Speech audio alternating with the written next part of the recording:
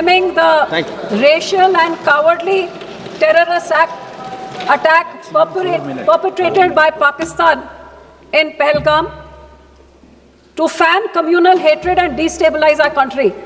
I also bow my head in condolence with all those innocents who tragically lost their lives on that day. The entire nation stood with those families and felt their pain. I also salute the valor of those brave hearts and those civilians who were the casualties during the course following these attacks.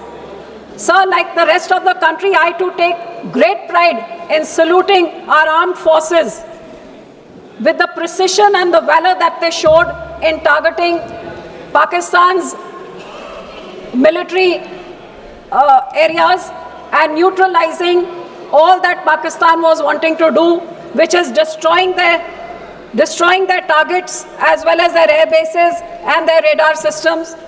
The restraint and the responsibility that they showed in this precise targeting showed India's military might to our neighbors and to the rest of the country, and I wholeheartedly congratulate our armed forces for this victory.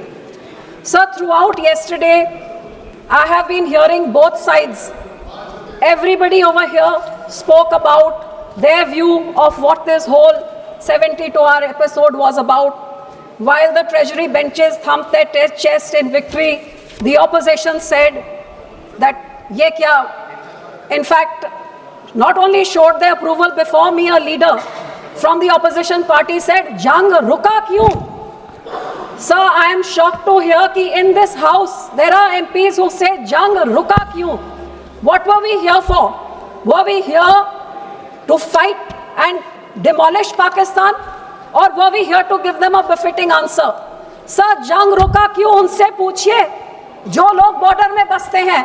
आज इस house में कितने लोगों ने opposition में, ruling में या फिर सरकार में उन लोगों की बात किसने की जो बॉर्डर में बसते हैं? मेरे कश्मीर के भाइयों ने उनकी पीड़ा बताई और मैं पंजाब के लोगों की पीड़ा बताना चाहती हूँ जो उस बॉर्डर में बसते हैं, जहाँ दिन रात उनको इन बॉर्डर में रहने का उसका सामना करना पड़ता है. जिनके खेत उस तरफ थे उनको बोला गया आर्मी ने कि अपने फसल को काट दीजिए क्योंकि यहाँ पे किसी टाइम बंद हो सकता है, तो फसल तैयार हो ना हो उसको काटना पड़ा. बेचारों को डर के मारे जब वो 3 दिन ऐसे वहां पे ब्लैकआउट हो रहे थे, ड्रोन चल रहे थे, फाइटर जेट्स चल रहे थे, लोगों ने डर के मारे अपने बच्चों को, अपनी बीवियों को, अपने परिवारों को, अपनी चीजों को लेके कैसे वहां से उनको अपना घर बार छोड़ना पड़ा. और पाकिस्तान वाले जैसे कश्मीर में लगातार पूंछ में जैसे होता है, उन लोगों से पूछिए, वो गरीब जो बॉर्डर में बैठते हैं और रोज इसको झेलते हैं, वो बॉर्डर के इलाकों के लोगों से पूछिए जो इसका निशाना बनते हैं, जिस करके बॉर्डर में कभी कोई डेवलपमेंट नहीं होती, हमेशा बैकवर्ड होती है क्योंकि वो देश की रक्षा के लिए सबसे आगे होती. सब मैं उनको ये भी कहना चाहूंगी जो कहते हैं जंग क्यों रुका, कि ये जंग इसलिए रुकना जरूरी था क्योंकि आपके और हमारे बेटे नहीं है जो उस बॉर्डर में रोज मरते हैं. आपके और हमारे घर नहीं है जहां पे बुलेट चलती है और जहां पे शेलिंग होती है. उन गरीबों के बारे सोचिए जो इनका सामना करते हैं, और इसलिए जंग को रोकना बहुत जरूरी था. सर, जब भी जंग होता है नुकसान लोगों का होता है.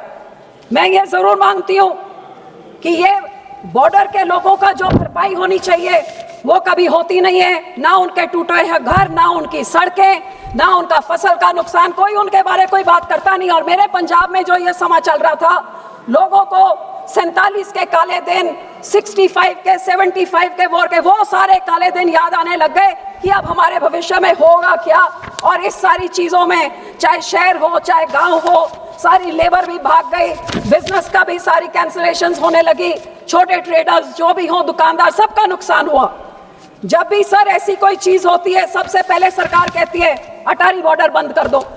भाई अटारी बॉर्डर बंद आप कर देते हैं, छोटे दुकानदार, छोटे व्यापारी और छोटे ट्रांसपोर्टर का नुकसान हो जाता है.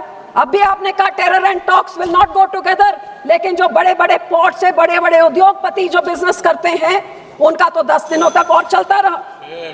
सर, इसी कारण सर आई जस्ट स्टार्टेड. इसी तरह सर ड्रोन्स ने बहुत ही एक इंपॉर्टेंट रोल प्ले किया इन न्यूट्रलाइजिंग दिस. लेकिन मेरे स्टेट पंजाब में पिछले 10 सालों से बॉर्डर के पार से ड्रोन आके आर्म्स, एम्यूनेशन, ड्रग्स लेके हमारे स्टेट में तबाही नहीं मचाई, लेकिन पूरे देश में अपने आर्म्स और अपने ड्रग्स फैला रहा है.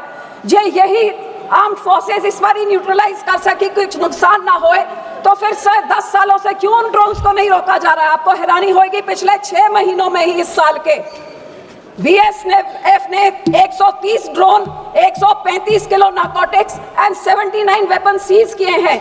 आप सोचिए कितने जो सीज नहीं हुए हैं और वो देश के कोने में जाके क्या हैवक क्रिएट कर रहे हैं। हमारे देश का लॉ एंड ऑर्डर का तो ये हाल हो गया है, daylight robbery, extortions, murders, gangsters are ruling Punjab, and the police and the state administration has totally failed. Be it singers, be it sportsmen, be it politicians. Sir, हमारे police station में grenade से हमले हो रहे हैं, rocket launcher से vigilance के दफ्तर में हमले हो रहे हैं, और गैंगस्टर जेल में बैठ के, सर 2 मिनट, जेल में बैठ के टीवी के इंटरव्यू दे रहे हैं। ये पंजाब के हालात हैं। सर गोल्डन टेम्पल में भी 10 बारी धमकियां आ चुकी कि हम उड़ा देंगे। क्या सरकार को उधर की नाकाम है? आप ही कुछ कर दिए।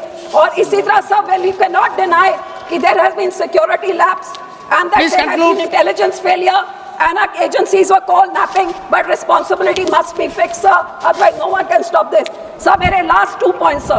कैलाश मानसरोवर का 1 point, please conclude. शुरू कर सकते हो, करतारपुर साहब को खोलिए। इंडिया पाक क्रिकेट टीम क्रिकेट मैच हो सकता है तो दलजीत दोसांझ की मूवी क्यों नहीं चल सकती है? आखिर में सर मैं अपने सिक्योरिटी फोर्सेस का अप्रिशिएट करती हूँ, मैं धन्यवाद करती हूँ कि ये वॉर रुका। सर लास्ट लाइन, मैं शुक्राना करती हूँ और हमारे लोग भी कि ये वॉर रुका, क्योंकि वॉर के साथ लोगों की जाने